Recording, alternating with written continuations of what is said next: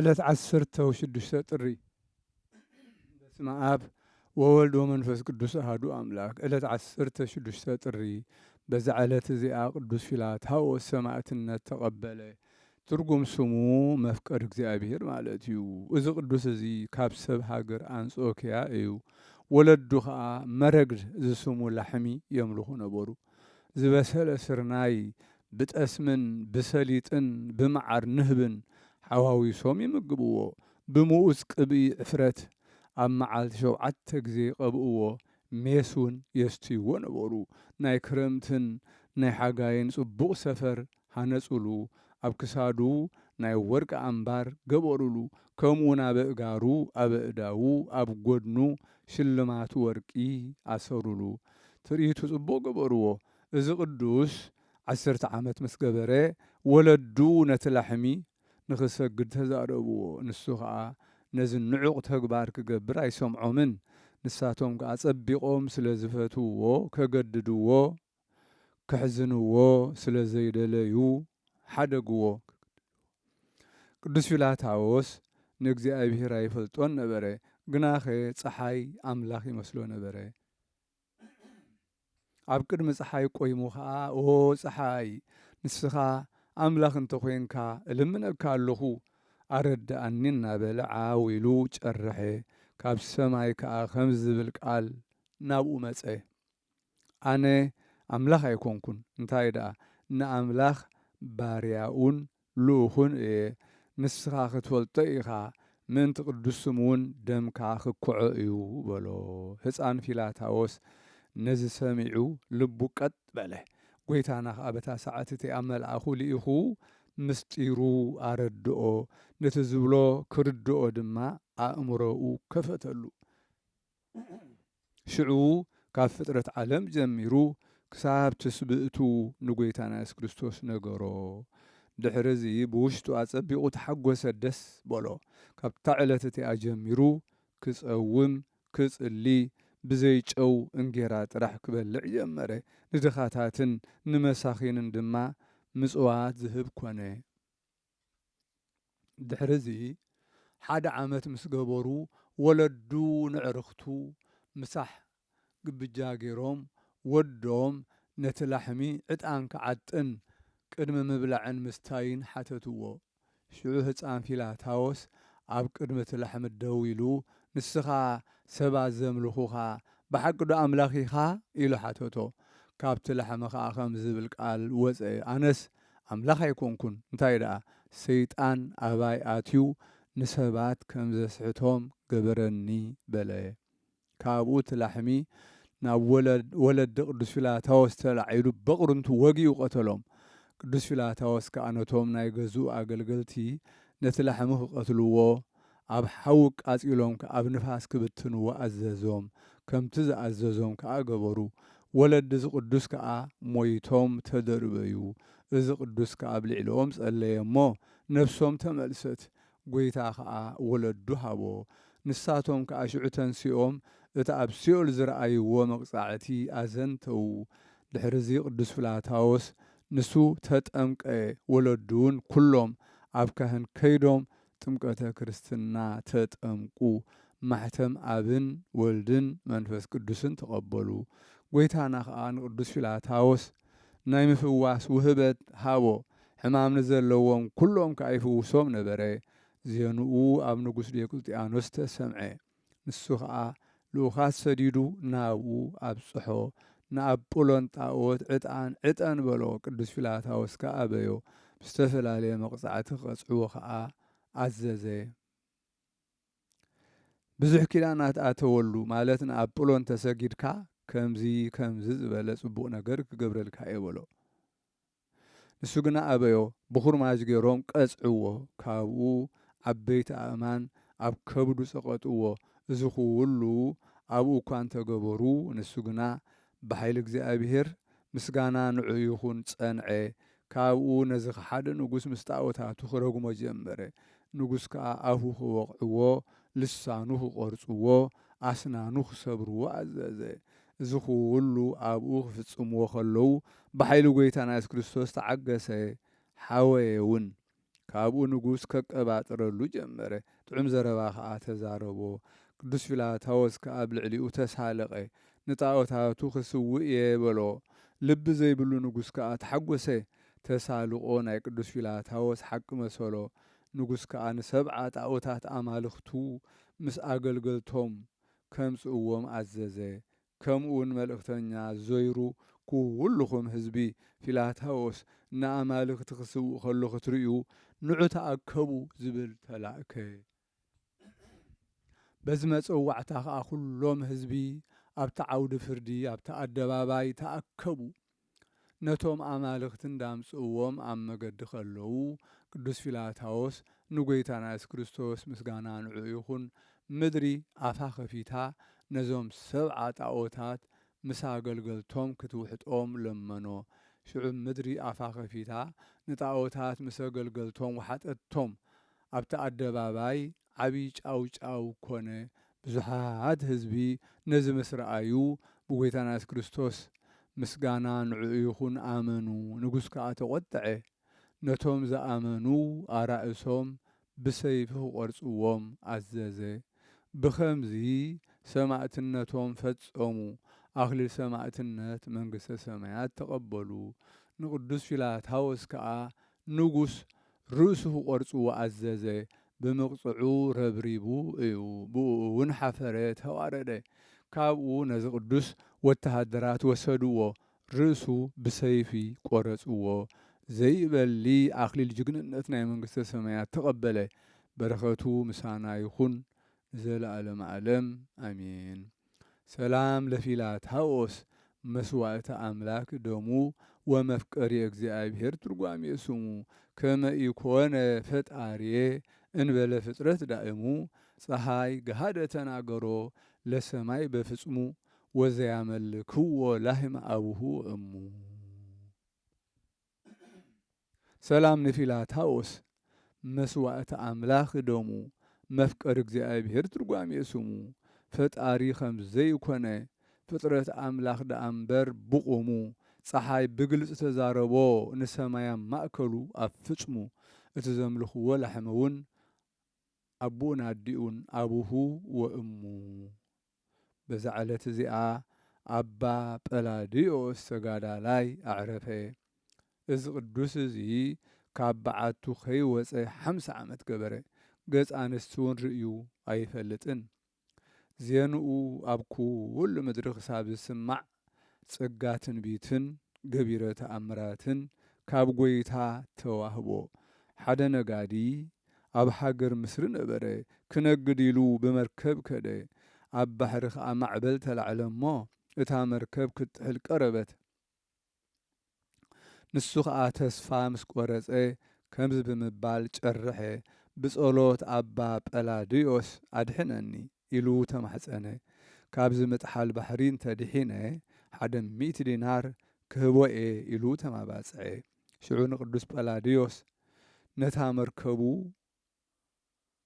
ብመስቀሉ እናቐዘፈ እናጀለበ ክመርሓን ክዝውራን ከሎ ረአዮ።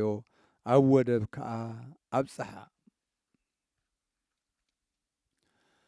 እዚ ነጋዲ ናብ ዓዲ ምስ ኣተወ እተን ዝበለን 100 ዲናር ሒዙ ናብ ኣባ ጰላዲዮስ ከደ። ምስ መሰዮ ኣብ ሓንቲ ዓዲ ሓደረ። ኣብኣ ከዓ ሞሪቕ ዝበሃል ሰብኣይ ረኸበ። ኣብ ልቡ ዘሎ ኩሉ ድማ ነገሮ። ሞሪቕ ከዓ ኣነ ቦታኡ እፈልጦ እየ ናብኡ ከብፅሓካ የበሎ። ምስ ወግሖ ክልቲኦም ተተሓሒዞም ከዱ። ኣብ በዓቲ ኣባ ጰላዲዮስ ከዓ በጽሑ። እቲ ነጋዳይ ከዓ ሰላም በሎ። እቲ ዘምጽኣሉ 100 ዲናር ወርቂ ከዓ ሃቦ። ኣባ ጰላዲዮስ ምስ ረአዮ ድማ መረቆ እሞ ኣነስ ናይዚ ወርቂ እዚ ድሌት የብለይን፣ ነገር ግን ውሰዶ እሞ ኪድ ንድኻታትን ንመሳኺንን ዓድሎ ኣብ ቅድሚ እግዚኣብሔር ከዓ ዋጋ ክኾነካ እዩ በሎ። እቲ ነጋዲ ከዓ ሰሚዑ ኣብ እግሩ ወዲቑ ዘምጽኣሉ ገጸ በረኸት ከቕርበሉ ኣበርቲዑ ኢሎሞኖ። እዚ ቅዱስ ከዓ ልማነኡ ምስ ረአየ 1 ዲናር ወሲዱ በል ንበረኸት እዚ ተቐቢለካ ኣለኹ ዝተረፈ ግና ከምቲ ዝኣዘዝኩኻ ንድኻታት ዓድሎ በሎ። ንሱ እቲ ነጋዳይ ከዓ ገንዘቡ ሒዙ ንኽምለስ ምስ ሞሪቕ ካብ ደብሪ ወሪዱ ኣብ ሩባ በጽሑ። ሰይጣን ከዓ ኣብ ልቢ ሞሪቕ ኣተወ ነቲ ገንዘብ ክወስዶ ደለየ ሃንደበት ከዓ ነቲ ነጋዳይ ቀተሎ ነቲ ሬሳኡ ከዓ ብለይቲ ተሸኪሙ ኣብ ኣፍ ደጊኡ ንኣባ ጰላድዮስ ኣንበሮ ካብኡ ከይዱ ብዛዕባ ዝምውት ንመኮንን ገዛኢ ናይቲ ዓዲ ነገሮ ንመኮንን ገዛእ ናይቲ ዓዲ ነገሮ እቲ ገዛኢ ከዓ ኣብኡ በፂሑ ንኣባ ጰላድዮስ ጽኑዕ ማእሰር ተኣሰሮ ብዛዕባ እቲ ምዉት ከዓ ሓተቶ ንሱ ድማ ኣነስ ኣይቀተልኩን በሎ ናብቲ ምዉት ምስ ወሰድዎ ከዓ ነቲ ምዉት ዓራቱ ሒዙ ነዊሕ ሰዓት ናብ ጎይታና ጸለየ ቀጺሉ ድማ ወሙት ብስም ጎይታና ኢየሱስ ክርስቶስ ክትንስእ መን ከም ዝቐተለካ ድማ ክትነግር እእዝዘካ ኣለኹ በሎ ሽዑ እቲ ምዉት ተንስአ ምንቲ ገንዘቡ ክብል ሞሪቕ ከም ዝቐተሎ ድማ ተዛረበ እቲ መኮንን ከዓ ነዚ ምስ ረአየ ተንሲኡ ሰገደሉ ብዛዕባ እቲ ኣብኡ ዝፈጸሞ ማእሰርትን ምንግልታዕን ድማ ተጣዕሰ ንሞሪቕ ከዓ ክቐትሎ ደለየ ኣባ ጰላድዮስ ግና ግደፍ ደኣ ኢሉ ኸልኦ ተጋድሎኡ ምስ ፈጸመ ብጽቡቕ ሽምግልና ኣዕረፈ ቅድስቲ በረኸቱ ምሳና ትኹን ንዘለዓለመ ዓለም ኣሜን። ሰላም ለጰላድዮስ እጉሰ መከራ ወህማም አምሃሰው ላዕሌሁ ከመ ብእሴ ደም በኃይለ ጸሎቱ ቅድስት እስከ ተንሥአ ንውም ሱታፌ ምግባሩ ወላእከ ዚአሁ በድካም ለተአውፊሎስ ረድኡ ሰላም ሰላም ሰላም ንጰላድዮስ ዕጉስ መከራ ምስ ሕማም ኣብ ልዕሊኡ ሓስዮም ዝሰመይዎ ብእሴ ደም ብሓይሊ ጸሎቱ ቅድስቲ ክሳብ ዝትንስእ ምዉት ንውም ተሳታፊ ምግባሩን ኣገልጋሊኡን ብድኻም ንተአውፊሎስ ረድኡ ሰላም ሰላም በዛ ዕለት እዚኣ 1,500 ሰራዊትን 3 መኳንንትን ማሕበር ቅዱስ ፊላታዎስ ሰማዕትነት ተቐበሉ በረኸቶም ምሳና ትኹን ዘለዓለመ ዓለም ኣሜን። ሰላም ለክሙ 1,500 ሰራዊት ወሰለስቱ መኳንንት ማህበራኒሁ ሄራን ለፊላታዎስ ሰማዕት እስመ እጽር ሀቤክሙ እንበይነ ብዙ ፍርሃት እስከ እጽብት ቁሙኒ በፍኖት ሰላም ንዓኹም 1,500 ሰለስተውን መኳንንት ደቂ ማሕበሩ ሕያወት ንፊላታዎስ ሰማዕት ናባኹም እውለኹ ብብዙሕ ፍርሃት ክሳብ ዝሓልፍ ካብታ እጽብት ናይ ፍርዲ ሰዓት ጐይቶተየ በጃኹም ጽንሑኒ ኣብ ጥጡሕ ፍኖት በዛ ዕለት እዚኣ 1,104 ሰራዊት ማሕበር ቅዱስ ቂርቆስን ኣዲኡ ኢየሉጣን ሰማዕትነት ተቐበሉ በረኸቶም ምሳና ይኹን ዘለዓለመ ዓለም ኣሜን።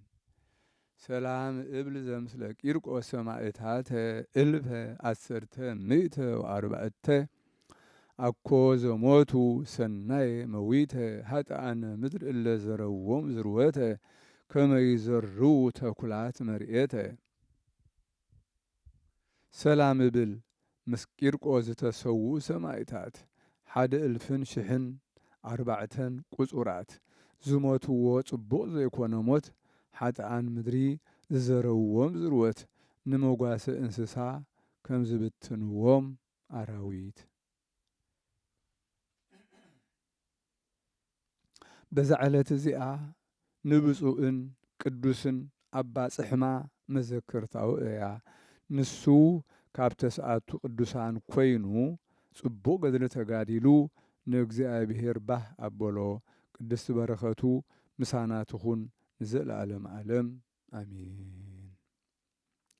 በዛ ዕለት እዚኣ ቅዱስ ኣቦ ድንግልን ንጹህን ኣባ ዮሃንስ ናይ እስክንድርያ ሊቀ ጳጳሳት ኣዕረፈ ንሱ ቁጽሩ ካብቶም 48 ኣበው ሊቃነ ጳጳሳት እዩ።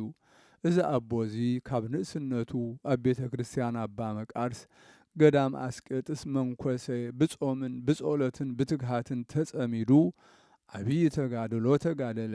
ኣባ ሚካኤል ሊቀ ጳጳሳት ከዓ ብፍቓድ እግዚአብሔር ኣብ ቤተ ክርስቲያን ቅዱስ ሚናስ ማዕርገ ክህነት ሾሞ ምድሩን ገንዘቡን نابت هاجر سبكتو زمصو أمهان مبصعان كله نعو هابو كله من محدار أما حدر بولو قدميو زنبر أبا ميناس لك أباسات مسعرفه إبسكوبوساتن كهناتن እቶም ዓበይትን መስተውዓልትን ሊቀ ጳጳሳት ንኸሓርዩ ተኣከቡ ብዙሓት ሰባት ሓርዮም ኣስማቶም ኣብ ወረቐት ፀሓፍዎ ሓደ ጻድቕ ሰብኣይ መነኮስ ከዓ ስለምንታይ ደኣ ንቐሲስ ዮሃንስ ኣመሓድሪ ቤተ ክርስቲያን ቅዱስ ሚናስ ሰማይ ትረሲዕኩምዎ በሎም ንሳቶም ከዓ ኩሎም ብሓቂ ንሱ ነዛ ሹመት እዚኣ ዝበቅዕ ይበሉ ስሙ ከዓ ኣብ ሓንቲ ወረቐት ፀሓፍዎ ምስቲ ወረቓቕት ተሓዊሶም ድማ ኣብ መሰውኢ ኣቐመጥዎ 3 መዓልትን 3 ለይትን ከዓ ክጽልዩን ክቅድሱን ቀነዩ ካብኡ ህፃን ኣምፂኦም እቶም ወረቓቕቲ ኣቕረቡሉ እቲ ህፃን ከዓ ነታ ስም ቅዱስ ዮሃንስ ዘላታ ወረቐት ኣልዓላ ካብኡ ከዓ ምስቲ ወረቓቕቲ ተሓወስዋ ካልኣይ ከዓ ካልእ ህፃን ኣምፅኡ ንሱ ነታ ወረቐት ስም ኣባ ዮሃንስ ሒዛ ዘላ ኣልዓላ ከምኡውን ሳልሳይ ነታ ስም ኣባ ዮሃንስ ዘላታ ወረቐት ኣልዓላ ሽዑ እግዚኣብሔር ከም ዝሓረዮ ተረድኡ ካብኡ ሒዞም ብዘይፈቓዱ ሊቀ ጳጳሳት ሾምዎ ምስተሾሜ ሞጓሲኡ ከም ሃዋርያት ተጊሁ ሓለወ ኩሉ መዓልቲ ኣምለኻውያን መጻሕፍቲ የንብበሎም ኣብ ቅንዕቲ ሃይማኖት የጽንዖም ኩሉ ምግባረ ሰናይ ከም ዝሕሉ ይገብሮም ነበረ ኣብ ድኻታት ከዓ ርህሩህ ነበረ ዘለዎ ኩሉ ንሽጉራት ይህቦም ነበረ ብዘበኑ ኣብ ምድሪ ግብፂ ዓብዪ ጥምየት ኮነ ሓደ መስፈር ስርናይ 2 ዲናር ወርቂ ክሳብ ዝሽየጥ ኮነ ኣብ ኣፍ ገዝኡ ካብ ኩሉ ቦታ ዝተኣኻኸቡ ድኻታት ኩሉ ግዜ ይእከቡ ነበሩ ንሱ ከዓ ንተምሃራዩ ማርቆስ ኣብቲ ናይ ቤተ ክርስቲያን ንብረትን ገንዘብን ሾሞ ነቶም ድኻታት ከዓ እግዚኣብሔር እቲ መዓቱ ክሳብ ዝኣልዮ ካብ ንግሆ ክሳብ ምሸት ይምግቦም ነበረ ድሕርዚ ብዙሓት ኣብያተ ክርስቲያናት ሃኒፁ ብጽቡቕ ሽልማት ሸለመን ብዙሕ ምጽዋትን ምሕረትን ብምግባሩ ዮሃንስ መሓሪ ተባህለ ንሱ ብሓቂ ኣብ ልዕሊ ድኻታትን ጭኑቓትን ዘኽታማትን ሰብኡ ዘይብለንን መሓሪ ርህሩህ ነበረ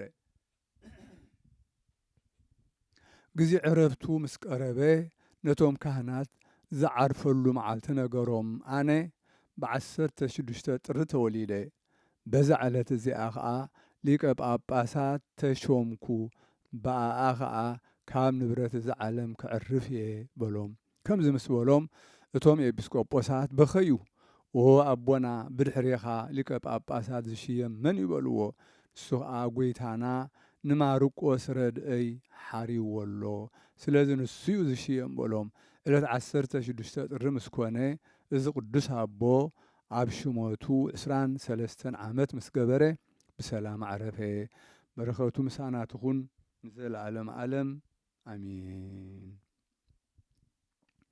ሰላም እብል ለዮሃንስ ከሳቲ ምስጢረ ዕለት ዘትመጽእ በቅድመ ጉባኤ ኣሃቲ እንዘ ይብሊ ከውን ሰዓተ ሞትየ በእንታክቲ አንሰ ተወለድኩ በዕለት ዛቲ ወበትርያርከ ተሰየምኩ ባቲ ሰላም እብል ንዮሃንስ ስውር ነገር ዝተረድአ ምስጢር ዕለት ሓንቲ እትመጽእ ኣብ ቅድሚ ጉባኤ ኣብኣ ክኸውን እዩ እናበለ ሰዓት ሞተይ በኣኣ ተወሊደላ እየ ኣነ በዛ ዕለት እዚኣ ፓትርያርክ እውን ተሾምኩ ሸዓ በዛ ዕለት እዚኣ ማር ወይ ከዓ ቅዱስ ዳንኤል ሶርያዊ ናይ ሃገረ ዓምድ ኣዕረፈ ነዚ ቅዱስ እዚ ኣቦኡ ብወርቅን ብብሩርን ሃብታም ነበረ ኣቦኡ ምስ ሞተ ከዓ ኣባ ዲዮናስዮስ ናይ ሃገረ ዓምድ ጳጳስ ኣዕበዮ መጽሓፍቲ ቤተ ክርስቲያን መሃሮ